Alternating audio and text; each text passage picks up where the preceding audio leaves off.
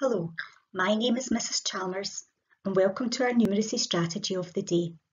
Here in Inverclyde, we use various strategies to help us calculate addition, subtraction, multiplication and division. We use these strategies from primary 3 to primary 7 and beyond. Being able to add, subtract, multiply and divide in different ways is a really useful skill to have. Today, we will focus on the process of addition, and the strategy we will use today is bridging. Our learning intention for today is to use pictorial representations and abstract thinking to solve addition tasks. Abstract thinking is just number sense. It's about knowing how numbers are made. Our success criteria are to show, draw and describe how to solve an addition problem using the bridging strategy, and then to apply this strategy to similar problems.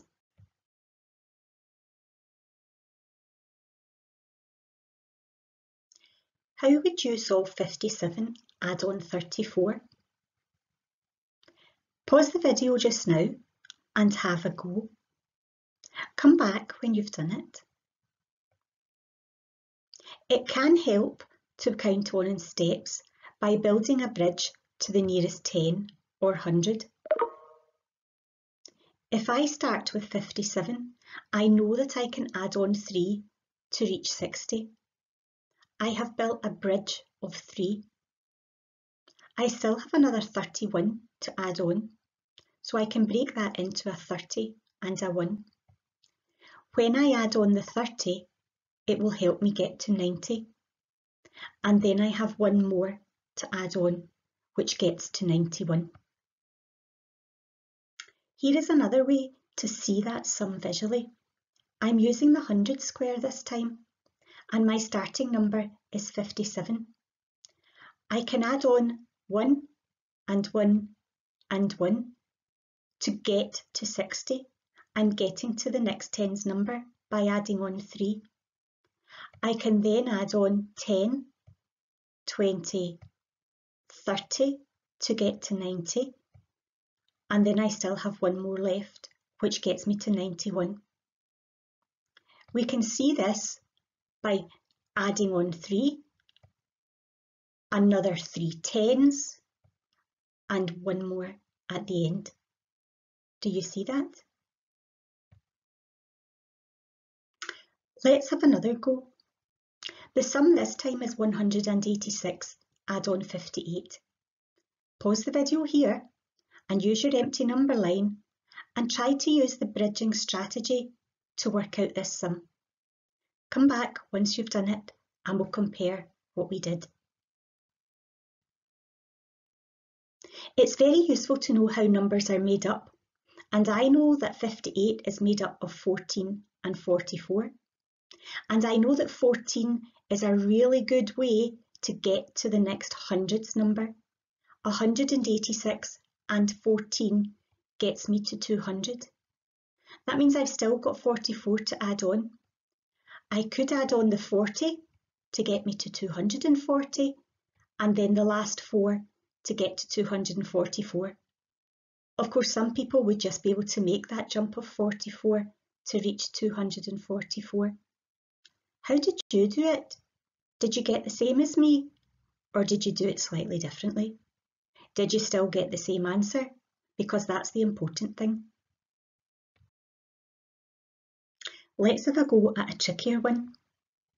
The sum this time is 423 add on 282. Pause the video here, draw your empty number line and come back in a few minutes and we'll see how you got on. Instead of building a bridge to the nearest 10, this time I want to build my bridge to the nearest 100, 500 in this case. So I've used 77 to help me get there. 282 is made up of 200 and 77 and 5. So I still have to add on my 200 and my 5. 423 add on 77 gives me 500. Add on another 200 gets me to 700. And then I add on my 5 to get to 705. Now you might have done it a completely different way from that. You may have built your bridge of 7 to get to 430 and then added on 200 to get to 630 and then built a bridge of 70, adding on 5 at the end. Or perhaps you added on 77 like I did, but then you added on the 5 and then the 200. We know there are many different ways to get to the same answer, don't we? So let's have a look at what that looks like on the number line. 423, add on 200, which is the big number first, and some people prefer to add that on at the beginning. That gives us 623. Now I can use my 77 to build a bridge to the next hundreds number, which is 700, and then I still have my 5 at the end to give me my answer of 705. Did you notice that we got the same answer?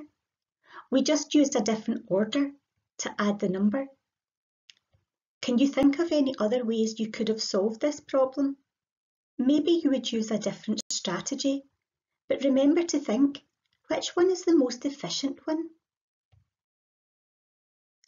It's now your turn to try out some addition problems using the bridging strategy. You can start at the first column, and if you find them too easy, move on to the next column. If you're still finding this quite hard, you may need to use some materials to help you. When you have finished, remember to share your work with your teacher on Teams. Pause the video while you complete the task. You will also find another activity and a link to an online game to try and practice your addition.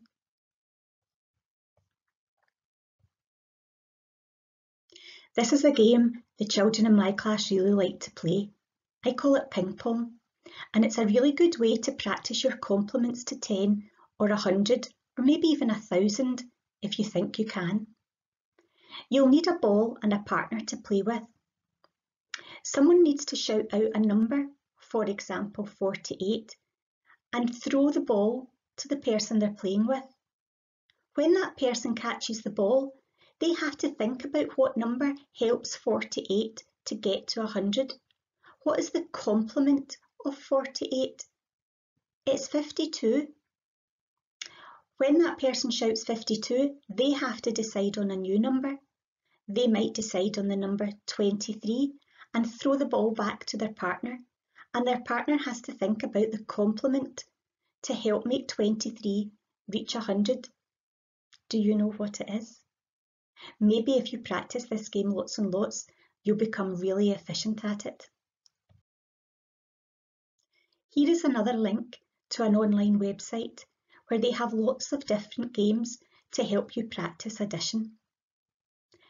Play a few and see which one you like the best, and remember to make a recommendation to the other children in your class. I hope you have lots of fun doing it.